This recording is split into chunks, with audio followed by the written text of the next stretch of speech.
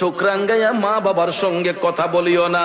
আর যার মা বাবা দুনিয়াতে নাই, তোমরা ওই মা বাবার কথা স্মরণ করে আমি আল্লাহর দরবারে ফরিয়াদ করো, ওয়াকুর রব্বিরহামহুমা কামা রব্বায়ানি সগীরা।